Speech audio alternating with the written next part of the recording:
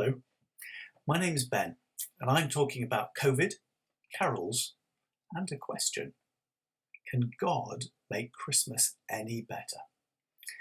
It's just over a year since the first known case of COVID-19 was recorded, and we've all been affected by it in one way or another.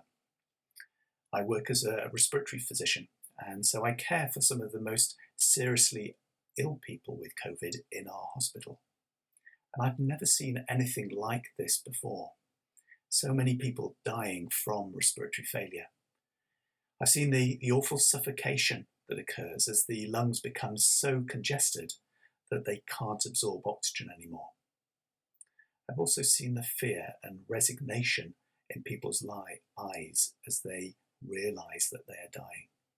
To make it worse, they're often without their loved ones. It's a devastating illness. More widely, there's been the job losses, the isolation, and the anxiety and depression.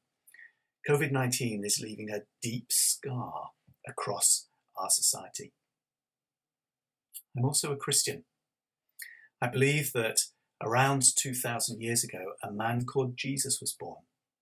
He was executed by crucifixion and was then bodily resurrected. And that his resurrection validates what the Bible claims about him.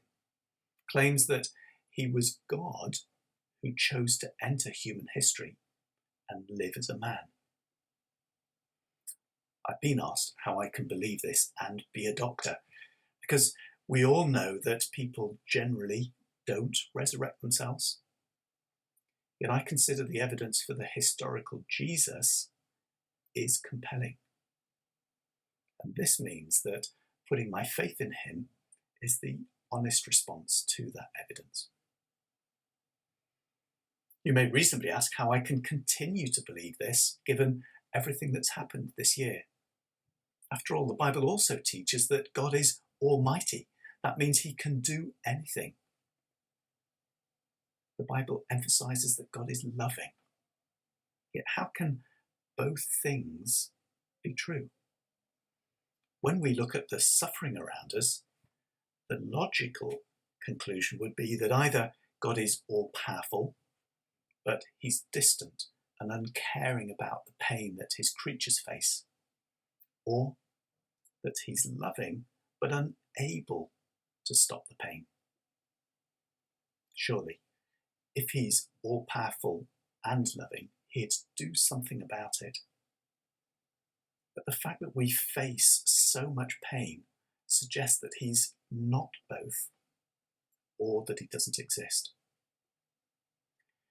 Now, there isn't time to go into why thinking God is not there is actually a belief rather than based on clear fact. However, in relation to our question about COVID and suffering, if there's no God, what would your experience of suffering mean? Well, if you're no more than atoms which have been organised in a particular way through chance, then it means nothing. Actually, nothing has any real lasting meaning, except for any meaning that we can make up ourselves. But so much of what makes us human, like wanting fairness and justice, are actually strong clues that there's some transcendent standard that affects all of us. So where does God fit into all the pain? The life, death, and resurrection of Jesus actually show us that God is almighty and he's also all-loving. And he shows us this in a way that gives genuine hope, especially in the middle of the night. When I'm in pain, one of the feelings that comes to the surface is anger. But who am I angry at? Well, often, even if I know it's my fault, I look for somebody else to blame.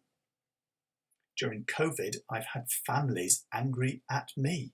I've not done anything wrong, I'm just in the way, and they're hurting. But anger at suffering shows us that we sense that this is not the way things should be. I want you to imagine something. You're walking along in a beautiful park.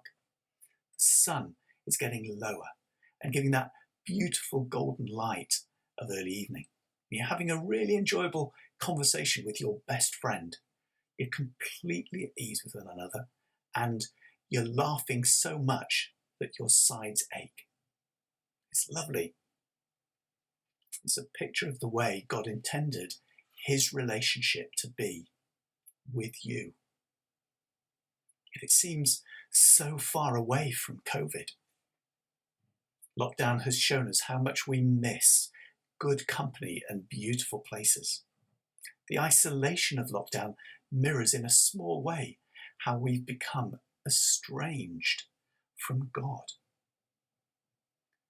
The Bible teaches that pain and suffering speak powerfully that things are wrong in our relationship with God. The writer, C.S. Lewis, who was famous for the Narnia stories, he wrote this: God whispers to us in our pleasures, speaks in our conscience, but shouts in our pain. It's his megaphone to rouse a deaf world. His point is that there is something within all of us that just does not want God, or we only want him on our own terms. We don't want our lives to be for him, even though he gave us that life. And the Bible calls this sin, and every one of us has it. The Bible also explains that sin has corrupted everything, and the consequence is the pain and fear we feel. Well, this does pose the question, well, why can't God just make sin go away? And it's helpful to work through what that would mean. One option would be to eradicate sin. But if you're sinful, which you are, that would mean getting rid of you. Alternatively, he could just ignore sin so there are no consequences. But that would mean he would have to deny justice. And that would mean denying his very nature. That would make him a liar. Okay, well, why not just make everybody perfect so they couldn't sin? But then we'd have no free will, and we'd be unable to relate to him by choice. And that's not knowing, loving, and enjoying one another. God has dealt with pain and suffering in a way that perfectly satisfies his justice.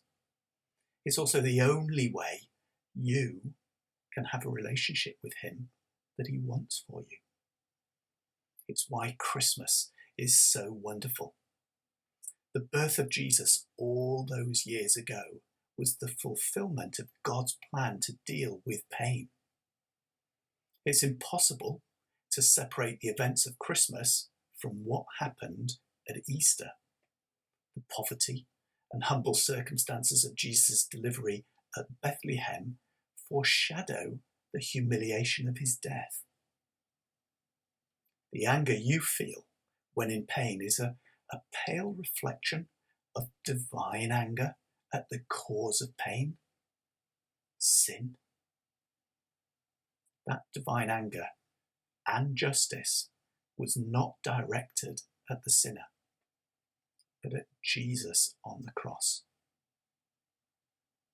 His resurrection proved Jesus dealt with it. What it means for me is this: because Jesus satisfied divine justice, my sin no longer counts. When God looks at me, he doesn't see the sin I've done, still do, and will do. He says, Ben's forgiven, and I love him. His pleasure in me is not based on how good I am. It's completely based on what Jesus did for me. There have been times when I've hurt because of painful things that have happened. At those times, He's stayed with me through them, and my understanding of his closeness becomes stronger when I have to rely on him. I hope you have a brilliant Christmas this year. As you hear carols that tell the story of Jesus, think of the God who loves you enough to come into history and feel your pain. And get to know Jesus yourself. Thank you for listening.